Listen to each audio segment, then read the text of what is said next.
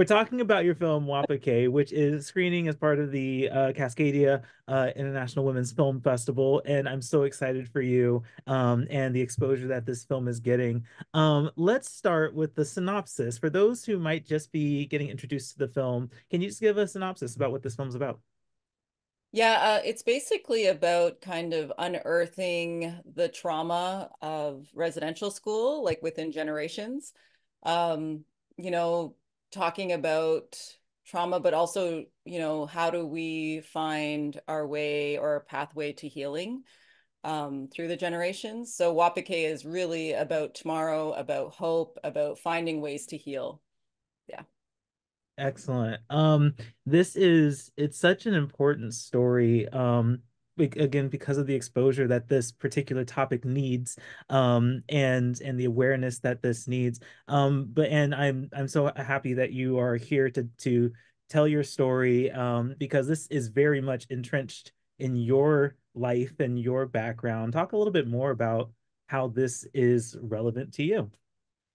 Yeah, well, when I was doing my PhD, I was hoping to do a collection, actually, an anthology, and I put a proposal out there and well, request for proposals and asked children of survivors, like specifically children of survivors of residential school here in Canada, um, to submit, an abstract about how that experience or the experience of their parents going or their grandparents going impacted their lives or their area of focus in terms of academia or their career path. And I got like quite a bit of response, but then when it came time to for them to submit their chapters, nothing was really coming my way, and I was like, okay, maybe we're not ready yet. Maybe as the next generation, we need a bit more time because obviously no one's really writing anything about it or nobody really wants to go there. So then I went to the National Film Board and I pitched the idea to them and they were like on board right away. They were like, yes, this is such an important subject matter because I feel like we haven't really gone there yet as this like in my community, in the Indigenous community, like we haven't really unpacked um, the trauma of our parents yet. Like how that has impacted us. So really, I mean, I feel like there's so much relevance because, it's timely. We haven't had these discussions or conversations yet. So I feel like I'm kind of, you know, ripping off the band-aid in a way. Like we need to talk about this if we want to heal, if we want to move forward, if we want our children to soar, like we have to talk about what's weighing us down. So for sure, definitely there's relevance. And the last residential school in Canada, I believe, closed in 1996, I believe. So it's not that long ago. And, I'm in my early 50s, so there's many of us who are children of survivors who have a story to tell. So that's why I did it, to spark more conversation. Yeah. Yeah, and conversation is so important, especially, I've in preparing for this, I've reflected on my own understanding of the situation of, I mean, I'm American, I'm down here in the States, where your film is screening for the festival. And yeah, I've the only way that I know about this is through film and through Yeah. documentaries. And I feel fortunate enough to have been exposed to film festivals that are putting films like yours on display so that this is something that can get more awareness. So I guess I kind of want to go there with this being, I mean, it's a Canadian film, Mhm. but what is the significance of this film here in the States, and what do you want people from the States to take away from this? I believe, I don't really know where the States is at in terms of reconciliation with Indigenous folks. I'm sure they're probably in the same boat as we are. Still a long ways away. That's true. And from what I watch in the news, I believe there's still a lot of systemic racism and everything else that's going down in the US. I feel like, you know, we can learn from each other instead of reinventing the wheel, like talking about allyship and so forth, and, dismantling colonialism, everything else you can imagine under the sun. You can't do these things on your own. You have to have a community behind you or other communities that are dealing with the same kind of discrimination and systemic racism. So I feel like this is just a great way to educate and say, hey, this is where we're at up here in Canada, where everybody thinks Canada is like roses and whatever. Or I think people have this perception of Canada that, we're such a, angelic country with no history. But of course, there's a history. There's Indigenous people here. There's people living here before settler Canadians arrived, before even Canada was Canada. So I think people forget that. And even in the States, like even the Canadian and US border, that's not our border. That colonial border has separated families and communities and our trade lines, so I feel like there's a whole their story, her story, history, like, of this landscape. We're not that far from one another, and I think there's a lot of learning that needs to happen, and I know it makes people uncomfortable to think about these kinds of things, and it is a hard film to watch, but it's in that discomfort where change happens, right? Like sometimes Yeah. you just have to say it and be like, this is my reality. This is my lived experience. You have to deal with it because it's your colonial system. Mm, right.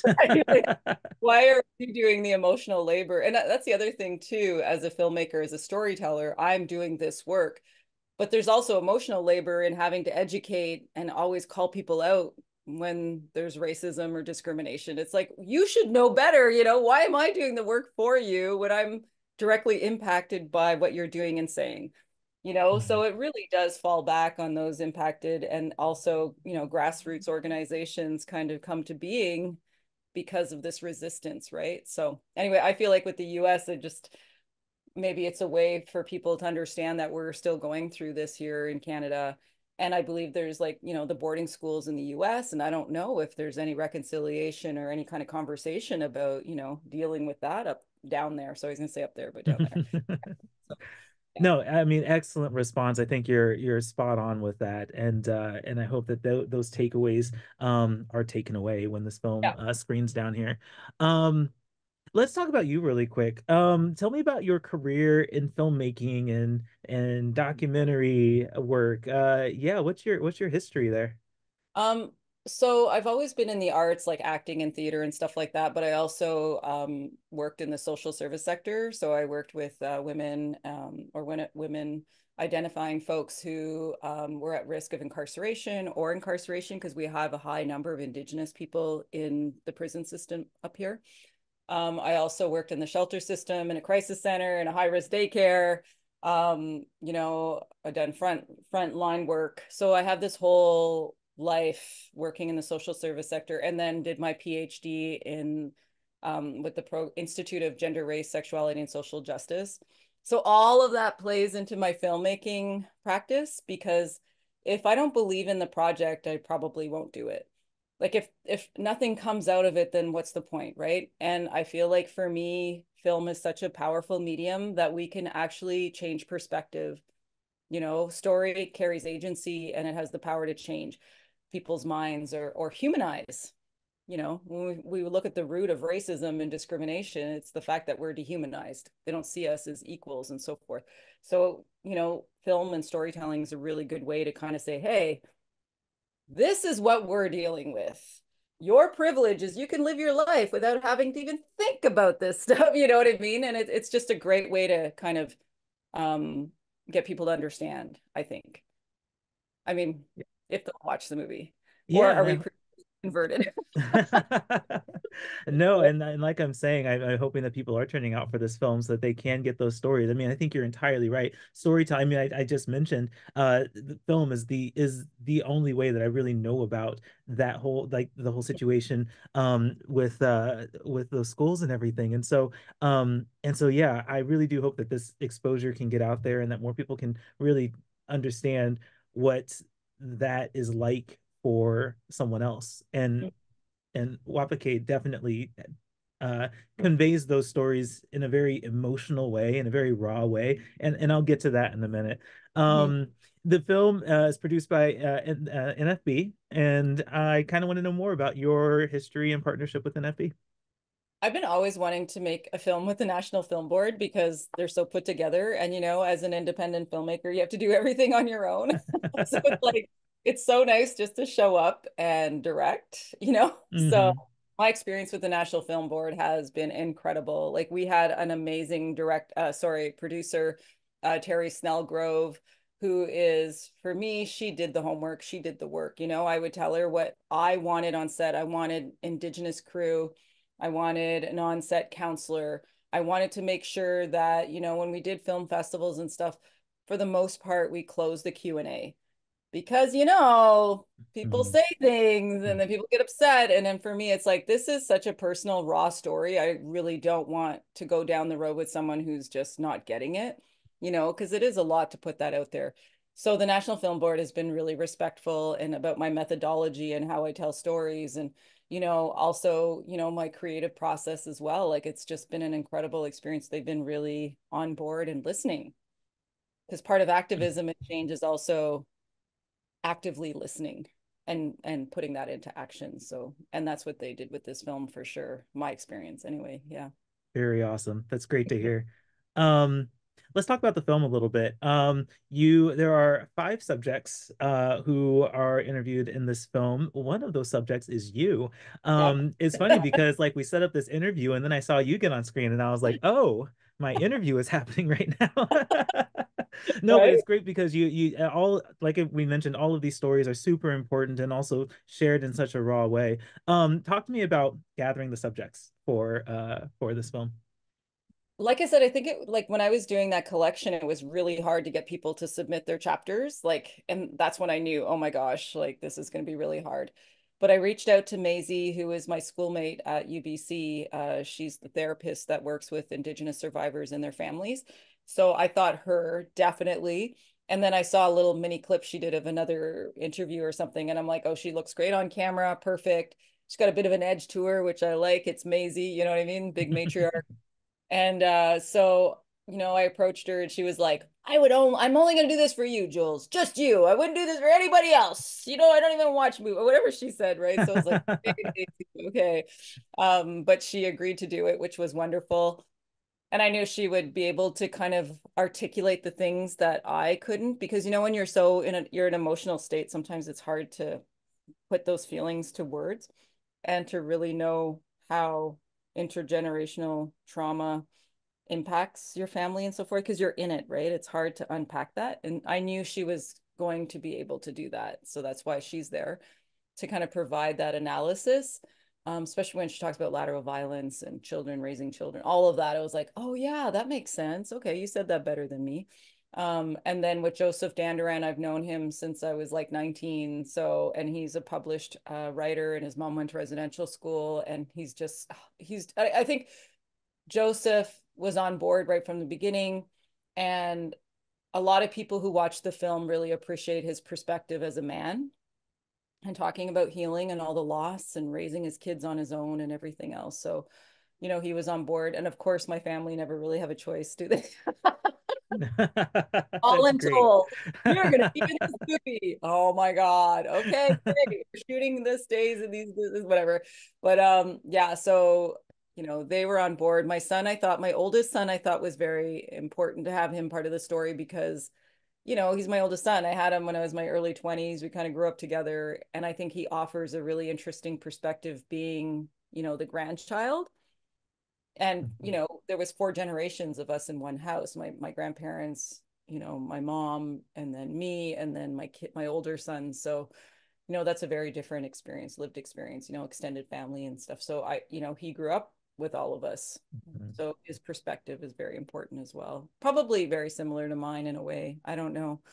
But so he was on board. And of course my mom, I've worked with my mom quite a bit over the years in different projects. And we lost my baby brother, and then a few days after my brother's funeral, her husband just passes away. Like it was so sudden.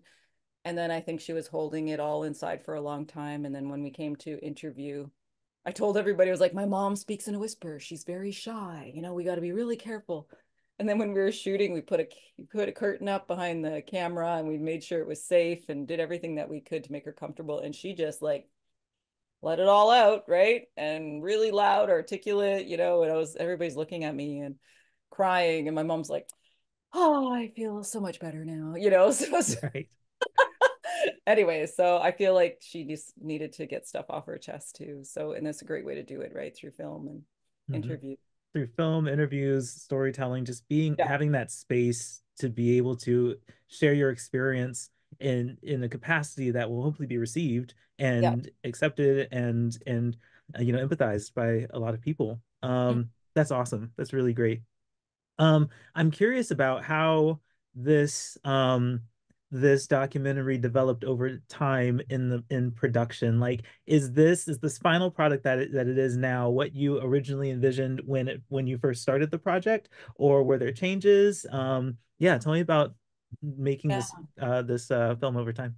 I think I wanted to be part of it since the beginning because I have a story to tell, and it kind of was fueled by my need to share my own story, being the child of a survivor. So I knew that from the beginning, but the green screen, all of that stuff was just like, was during the collaboration process and production and stuff like are we going to just use like every documentary archival footage and this and that, right? And then we've had a lot of discussion. We're like, how do we make this a little bit more punchier or creative or abstract? Like, what do we do? So we hired a motion designer, um, James Monkman, to do a lot of that creative work, as you see in the film. And then also very carefully chose the archival stuff that we were going to use from the National Film Board.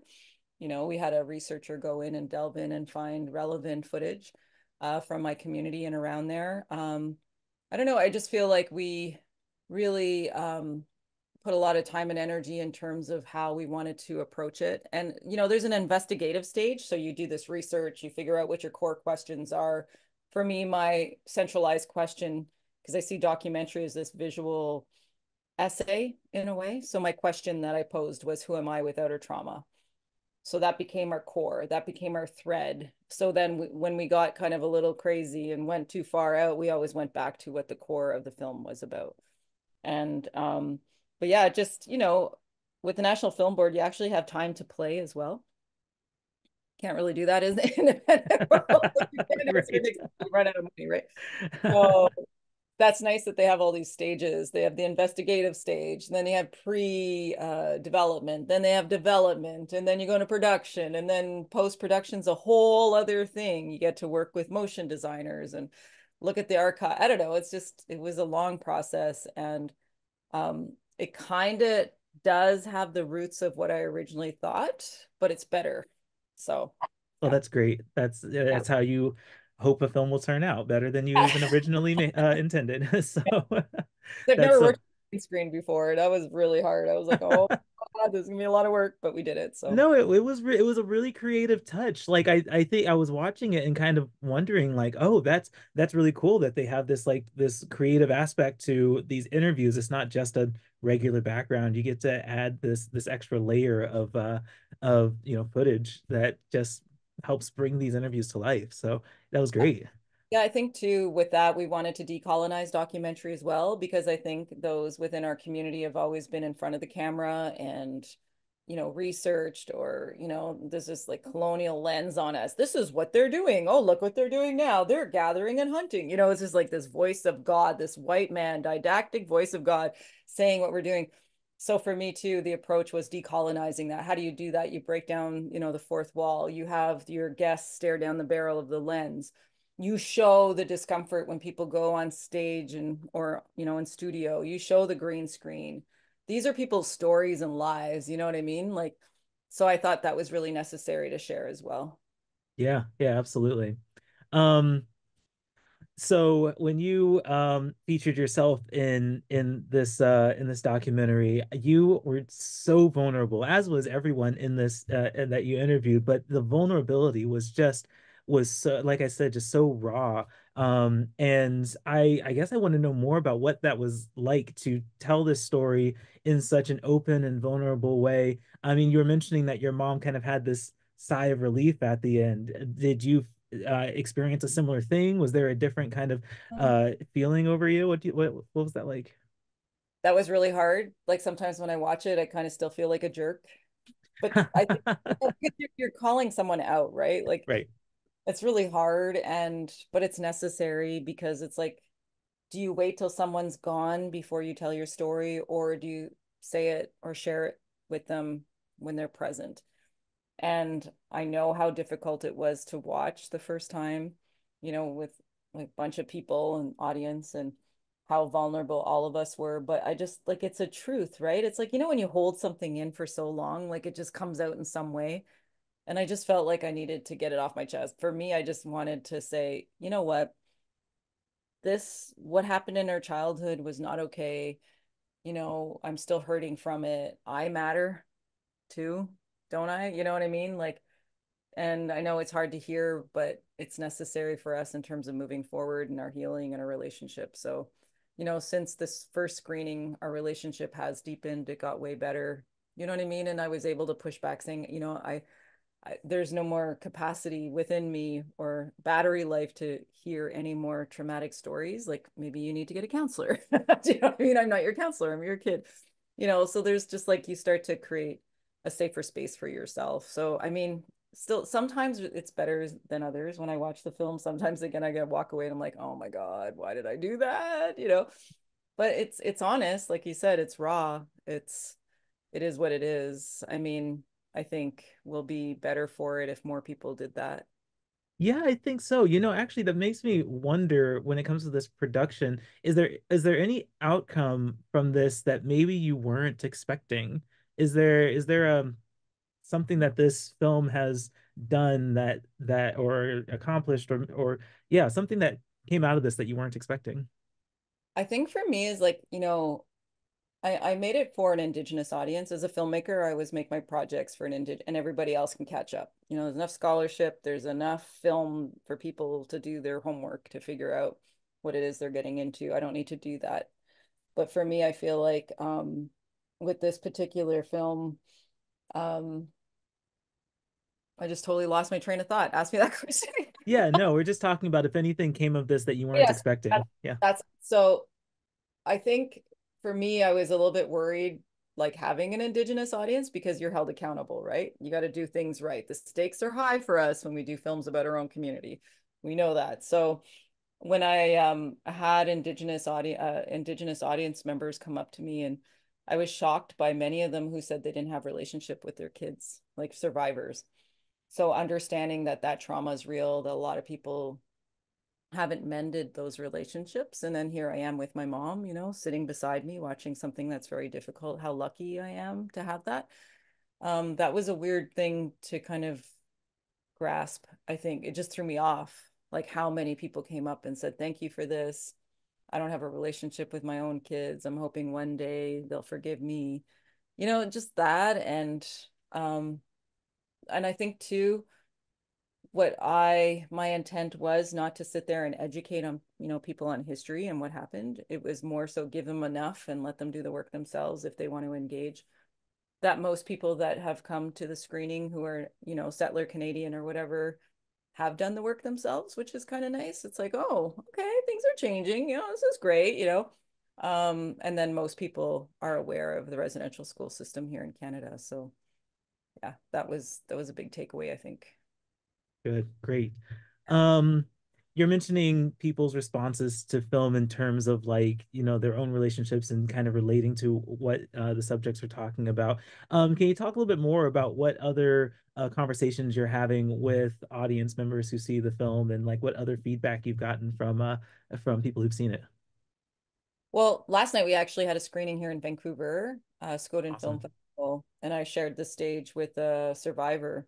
And I understand that that film is hard for people, especially those with that lived experience. So, I knew being on stage with him that it was important to let him speak his own truth, to talk about, what impacted him in terms of watching it.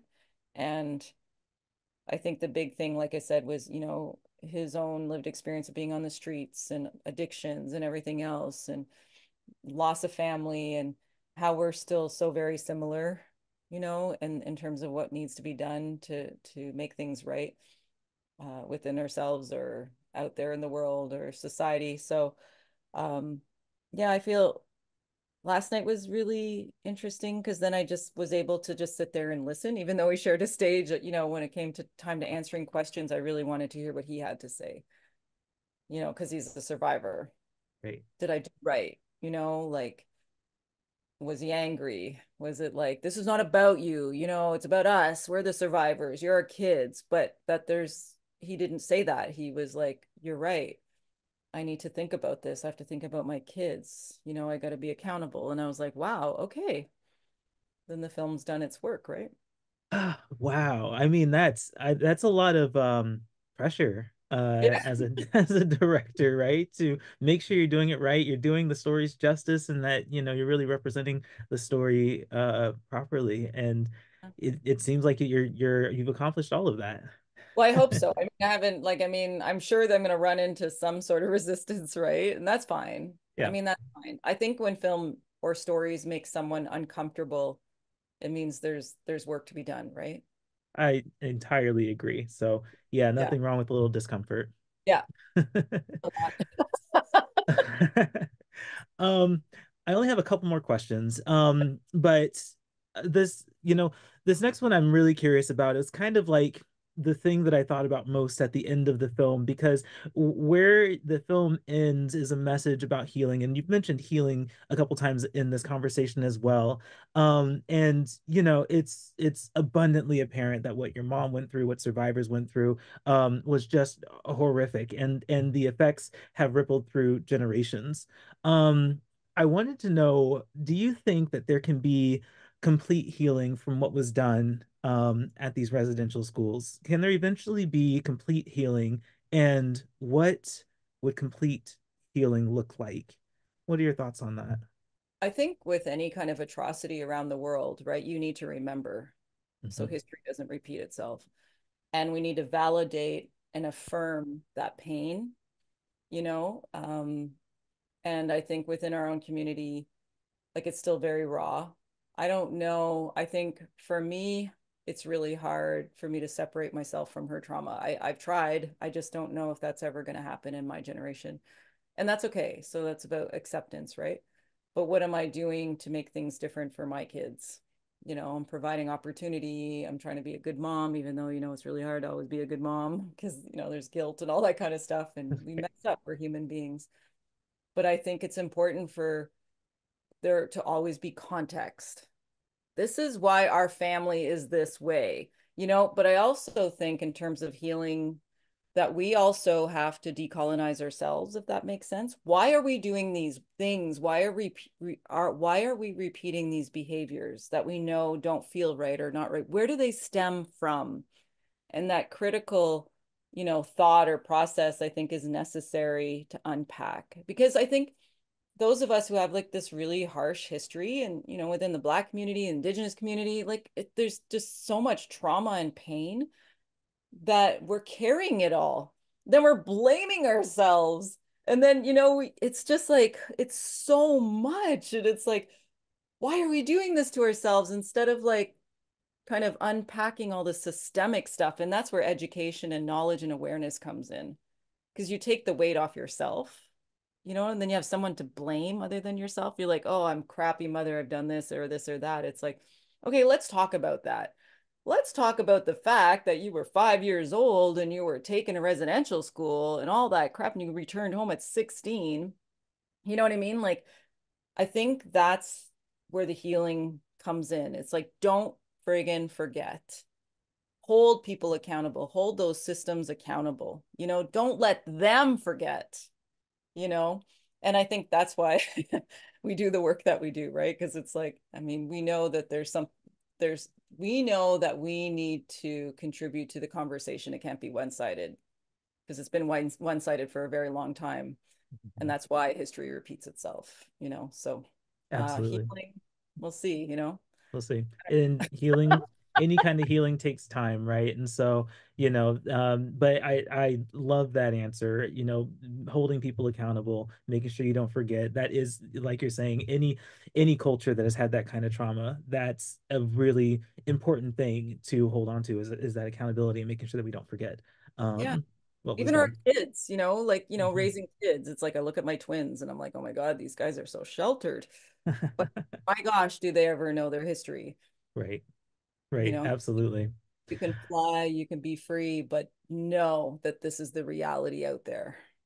You have to have absolutely. discussions with them, right? You go Yeah, out in the world, then you're going to be dealing with a whole bunch of crap and racism and stuff like that. How do I prepare you for that? Because I'm going to prepare you with knowledge and answers and good comebacks. No, I was kidding. that's perfect. you know, That's great. I just want to close out the conversation talking about Cascadia International Women's Film Festival. So we talked about the film coming down to the States and like the impact that it can make here. I want to know what the significance to you is of this film screening at an International Women's Film Festival. I've been part of the festival since the beginning, so I don't even know what year they're on right now. Is it 10 years or is it anyway? So I've tried to make it down there every single year. I really think I someone asked me yesterday about the scope of the film festival. Has it changed? Has it been more inclusive? But I feel like they've always been. I've watched so many films over the years at the festival, and I'm always impressed at how like you just see stories from all around the world. You know what I mean? It's not just one singular story. It's you get all these perspectives and stuff, and they've continued to do that work. So for me, it's like I love going back to this festival. I love the programming. I love how inclusive it is of different voices and so forth. And yeah, especially Indigenous voice too. It's like they've always had the Indigenous community involved since the beginning and receptive and blessings and protocol. So for me, I mean, that's great. Like it's ingrained, right? It's in their roots. So So yeah, WaaPaKe will be playing at the Cascadia International Women's Film Festival, April 25th, opening night. You'll be there, and like I said, I'm so excited for people to see this film, to take in these stories, and to really learn something from this. And like we were saying in this interview, to not forget and try to contribute to that healing process.